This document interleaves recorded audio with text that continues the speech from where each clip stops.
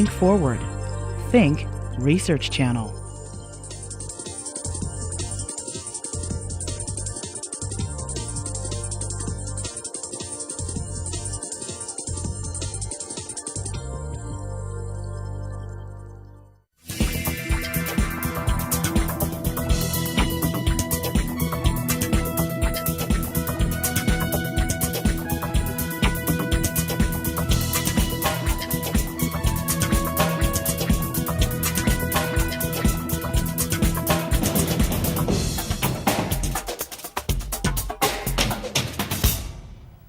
Hello and welcome to Changing Media, conversations with people who are doing just that in our evolving multimedia universe. I'm Lee Thornton.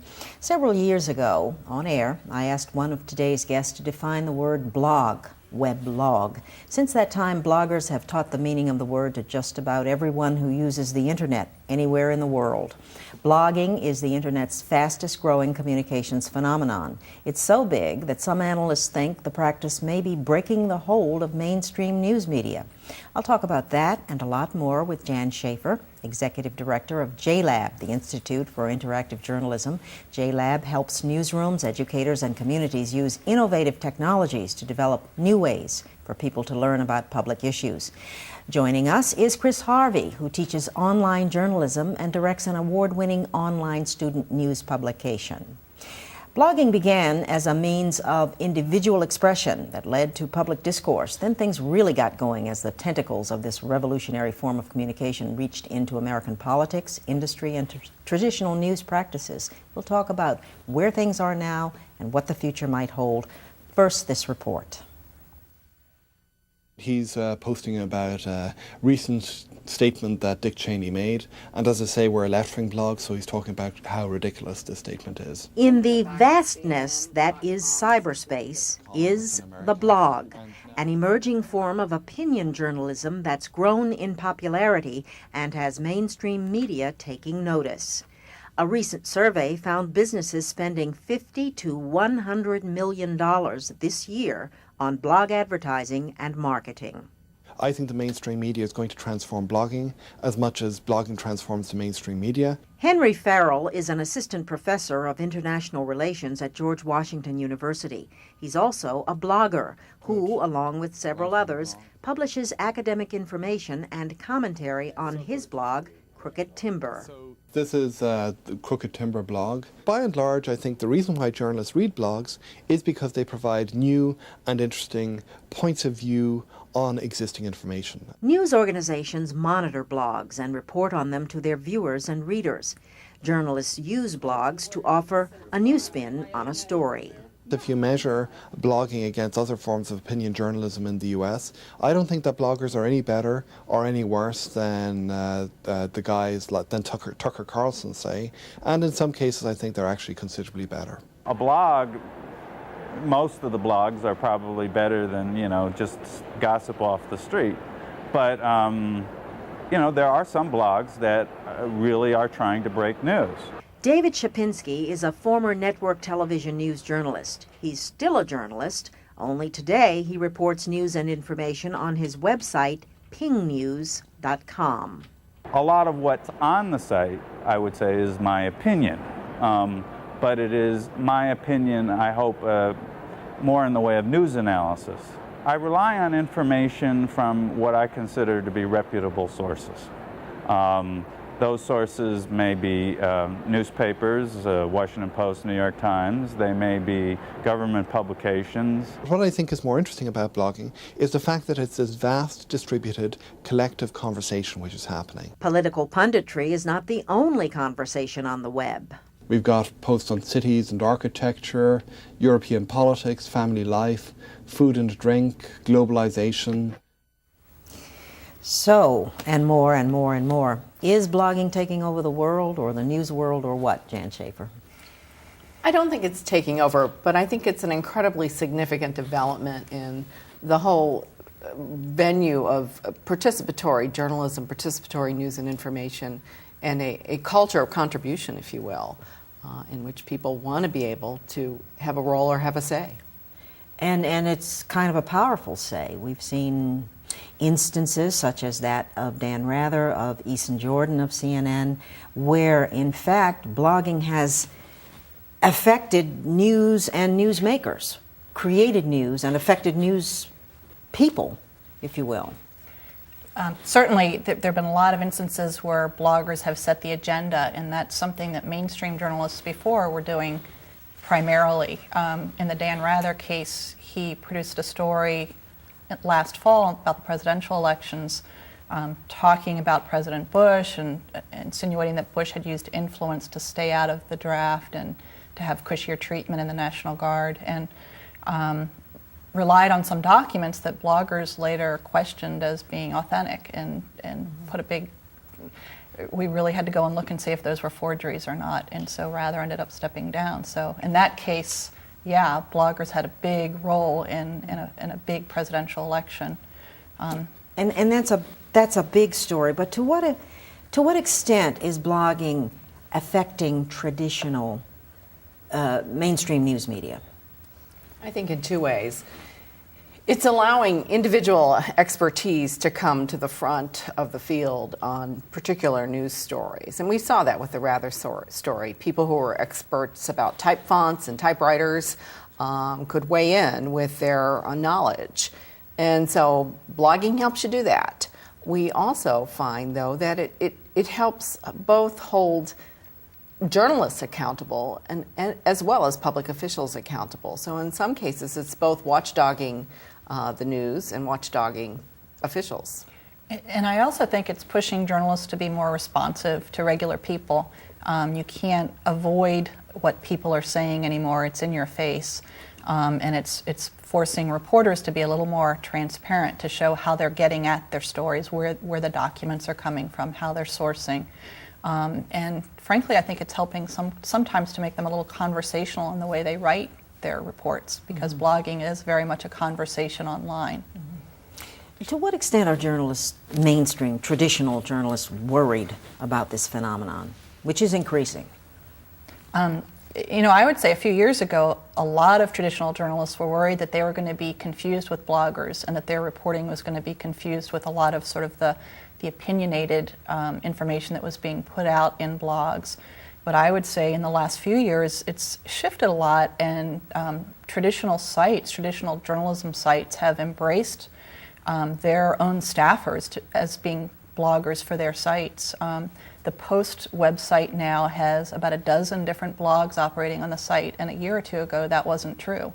The Post recently went to some extent, the ombudsman or person went to some extent to separate for the readers the two organs. She said, that's separate from us. And in fact, a particular columnist was not wanted to be confused with something the Post would write. I think the White House columnist or whatever. What was that about, and how many newspapers are separate from the message they put up on the internet?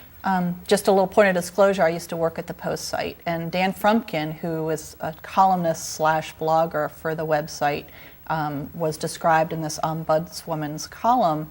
Apparently in the print newsroom, there's been some concern that he would be confused with print reporters who try to stay objective. Dan's column is very opinionated and is meant to be so. So there was some sort of activity about whether or not they should rename his blog column into something else other than, so it would not have confusion with the print outlet. But there are two distinct newsrooms, and most big news sites have distinct newsrooms where you have an online team and then you have a traditional team.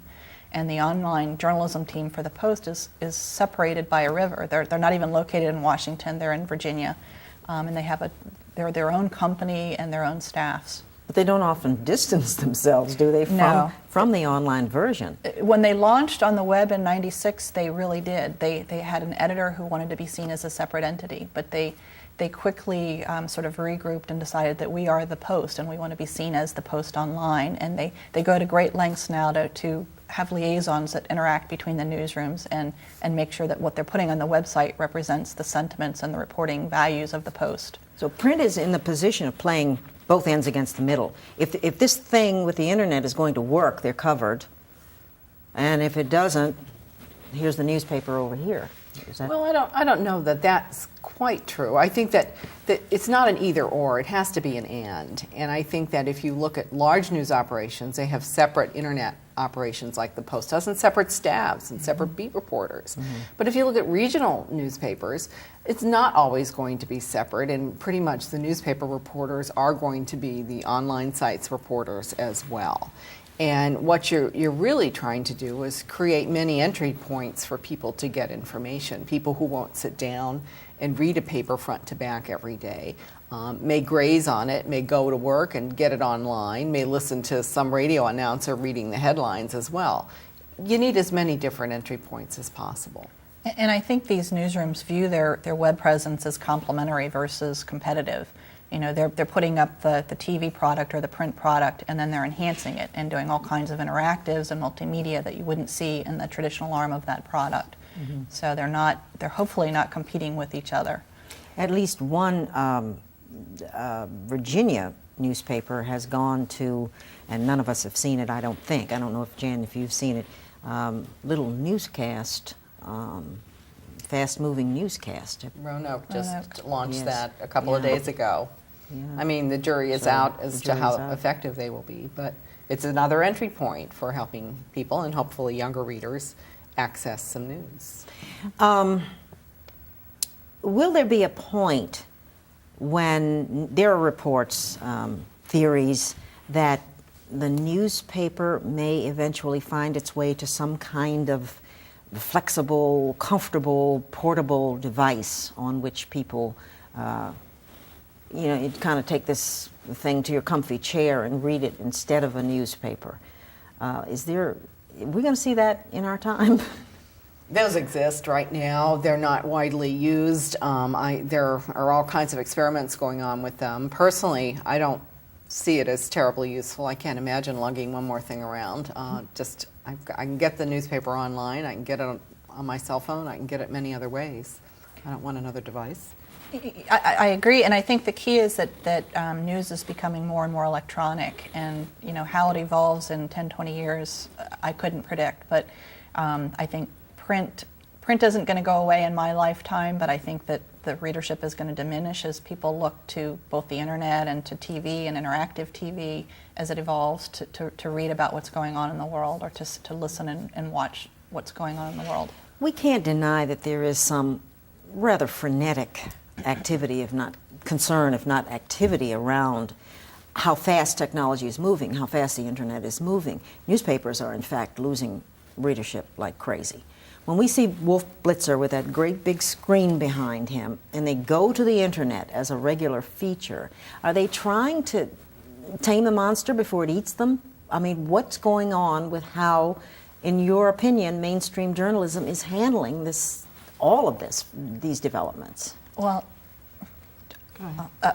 I think that there's a recognition that especially young readers prefer to read or are increasingly reading their news online and looking to the computer to learn about the world. The 18 to 29-year-old age group in particular, if you in our classrooms, when you ask students at University of Maryland, how are they getting the news every day? Our freshmen, I asked a week ago, and I'd say 9 out of 10 raised their hand that they were looking first to the internet. So I think there's a big recognition that there's a growing readership online, and they can't ignore that readership. I think the other thing that's happening as well, though, is that mainstream media has become so sanitized as we take such great care not to be perceived as biased by one side or another side. And the blogosphere is not quite so sanitized. Writers can express emotions, they can express opinions.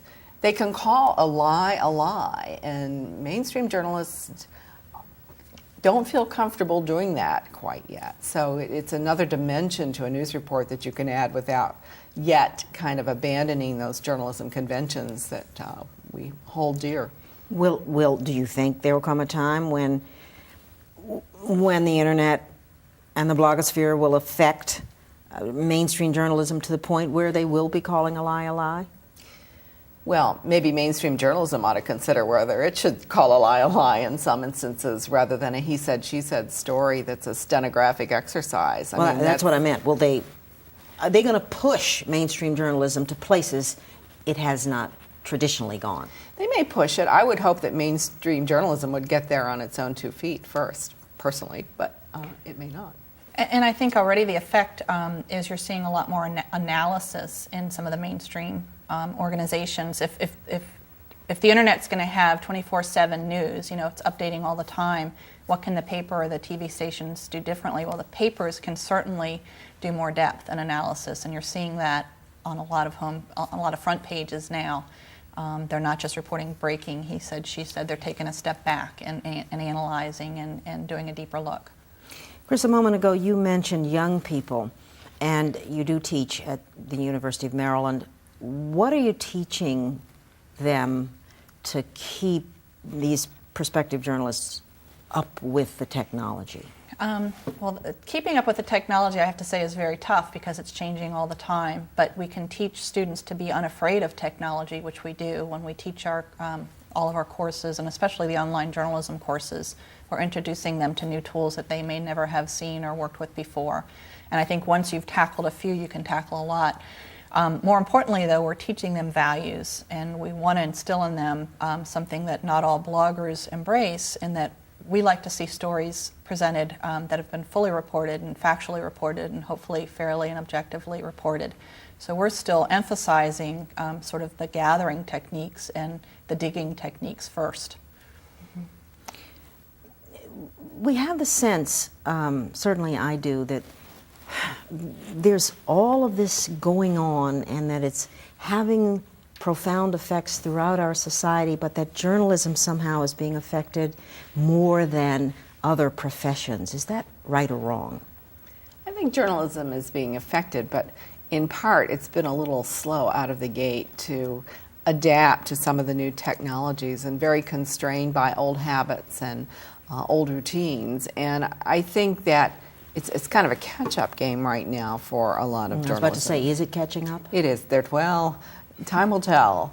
I think that there are many entrepreneurial people out there in the digital arena who really care about news and really feel that news is broken right now.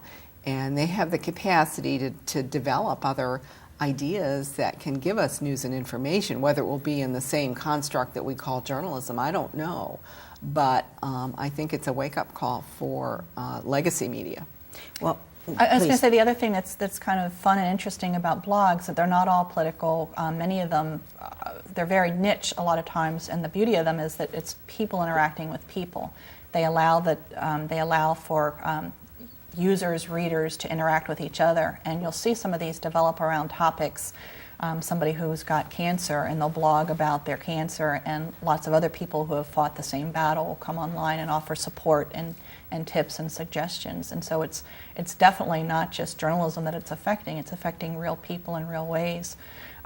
Leslie Walker, who has written a column for the Post, talked about the other big area where evolving democracies, people that don't have a free press, they can, with a little bit of technology, an internet hookup, a computer, you can go online and express yourself and talk about what's wrong with your country, and that's huge. So it's having impact around the world, not just in this country. Related to that, there's always been this idea that journalism is not a true profession in the sense that medicine is or law. There is no license needed to practice it. That anyone who was able to put out a shingle, if you will, could call themselves a journalist. That seems to me now to be easier than ever, because you can get a message out to lots of people. I don't know that they're all journalists. No. I think they're content providers. I don't think that what they provide is always journalism, but it can be information, it can be tidbits, it can be items, it can be share your stories, it can be creative content, fiction and poetry. Mm-hmm. So there's a lot of stuff that's coming up on blogs, and it can be just conversation. So It can, but a lot of them think that they are just as much journalists as Well, they might anybody think else. it, but I think to be a journalist, you have to be a reporter first. And a lot of blogs aren't reported. A lot of blogs are commenting on mainstream journalism stories. And so it's very important still for us to have journalists who are going to go out and dig and report. I think with the hurricanes last fall, you saw that sort of there was a recognition that real reporting matters. And in New Orleans, where the Times-Picayune reigns as king, the newspaper, there were a lot of interesting citizen reports and citizen photos posted all over their website. But the nuts and bolts of what's going on today, what's the government doing, what's the mayor saying, that came from journalists. And so ownership of the practice, ownership of the word is going to stay in the hands of people trained to do this, you think? I think there's always going to be a need for reporting, but I think there's a real value in citizen commentary and in some cases citizen reporting. I mean, photos filed. It's now so easy to take pictures with cell phones and with other little, point and click cameras. Citizens are taking all kinds of pictures that are being used on TV, video, and on news sites, and there's a lot of value in that. And on that note, now, of course, in addition to having your own blog, news-related or not, anyone who wants to can be a podcaster. But so far, most people are on the user end of the practice. We'll talk about the implications for both users and disseminators after this report from Kim Skeen. I use it all the time. I love it. Oh, I love it. I love it. It's like changed my life. No, but I really like it. Yeah. These commuters are speaking affectionately about a small pocket-sized device called an iPod. Well, iPods are cool technology. I think the best part about them is the podcasts. And the ability to play music is okay. iPods with their signature dangling white earpieces are now an accessory for many commuters, along with backpacks, briefcases, and newspapers. This one even comes in pink. All my friends had it, so they loved it. iPods and other MP3 devices allow users to download audio and video programs via the internet, then listen or watch the material when and where they want. It's called podcasting.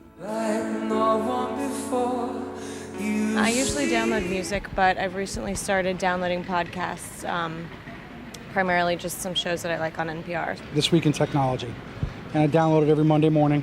It's a Sunday show. It's about an hour-long show. And I listen to that. And then there's Digital Life TV.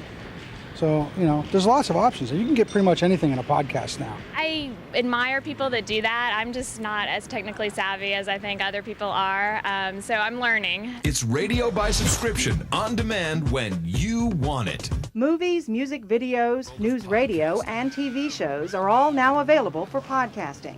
And as the industry continues to grow, almost any digital recording can be made into a handy podcast for people on the go. With all this new technology, will there come a day when newspapers join the digital conversion? No, I read the paper, the actual paper. I read the Times every day, and I read the Post and the Express, of course. So that's it. I couldn't see myself reading on my iPod. So no, I want to keep my eyes. So if I could listen to the news, yeah, I would. I still enjoy the printed word. Like I said, I'm old-fashioned, so I think I still would. But it might be interesting to have. It's like the equivalent of having books on tape. I mean, it's sort of like, the internet. Would you read them on the internet? Yeah, we all did, and I imagine we'll read them on our we'll listen to them on our iPods now too. Average Americans spend more time on cell phones, computers, and watching TV than they do sleeping, a total of 9 hours a day. And with a growing reliance on these media gadgets, more newspapers may turn a new page and begin podcasting. Congratulations, you're now listening to the very first Podfinder podcast. Kim Skeen reporting for Changing Media. Well, so there's comfort. That person said he wanted a newspaper. Here's what we didn't learn in the piece. Anyone can do it by purchasing some inexpensive microphones, a headset, and launching a website. Software exists to record podcasts. One of those is called Audacity, and it's free. And as more and more podcasts are launched, more and more people are listening. One report says as many as 15 million people now subscribe to podcasts. I guess if I really wanted to, I could start broadcasting news over podcast next week with a little bit of technical knowledge and a little bit of money. Is this scary? I think it's a great opportunity. It's a great opportunity to multitask with news and information. You no longer have to make an appointment to watch a TV show or make sure your paper's delivered in the morning. You can listen to it while you're driving, while you're doing jogging, while you're doing other tasks, while you're eating, whatever. I mean, it's a marvelous opportunity. And Yeah, I get that on the end, on the receiver end, but that people will be able to go on the air and put out unfiltered messages, what we were talking about earlier, I guess. Untrained reporters, people without the skills, are able to reach audiences in that way. there's a lot of stuff, there's a lot of content. Again, it's not all journalism that people want. Some of it's other kinds of stories. I want to tell my story. Some of it is opinion. Some of it is just medical advice, useful information. You keep coming back to that point, which says to me you're not worried about incursions into journalism or unfiltered messages or any of that stuff. I think if you look at it as alternative voices, it's not as scary. You have alternative papers, you have columns in print, and if you think of, I'm going to get out my opinion, my music, my whatever, and put it out for people to listen to or to view as video, that's probably not as scary. I think people are smarter sometimes than journalists want to describe them as. They get that there's a distinction between traditional media and sort of other voices. You think they do? Then why do they consider Rush Limbaugh news? They do. Do they? Yep. There are people who think talk radio, political talk radio, is news, and they don't make the distinction. Well, in some instances, Rush Limbaugh is telling it the way he happens to see it, and some in people all instances, I find think. that to be a useful navigational device to make their way through a he said, she said news universe. And I think that it calls into question, what we can do as journalists to make it more valuable for them. And you are going to see some traditional sites like NPR, public radio, getting into the act where they're doing their own podcasts, allowing people to have their show or their music when they want it, where they want it. So that's not such a bad thing. Well, they're already doing it. So there'll be different levels. There'll be different sort of hierarchies of types of podcasts, just as there are different hierarchies of newspapers. I don't think people mix up the National Enquirer and the New York Times. If you had to say, and we have less than 30 seconds, that there are any red flags in any of this, what would you say? Sustainability. I don't know whether all of this citizen media effort can continue beyond the initial, momentum of startup. How can it be sustainable? How can it bring on other people to sustain the content? That's a big question I have. And accuracy, Accuracy. not getting out, so that readers don't think rumor is fact. That's my big concern, because, wow, the potential for putting stuff out there that would go around the globe in no time flat is amazing. Right. I think we're going to see that, too, before it's all over. Well, thank you. Thank you for being here for a very interesting discussion. Thank you. Did I say before it's all over? I didn't mean to say that. Thanks to my guest, Jan Schaffer of JLab, the Institute for Interactive Journalism at the University of Maryland, and Chris Harvey, who teaches online journalism at Maryland. That's all for this time. I'll see you next time on Changing Media. I'm Lee Thornton.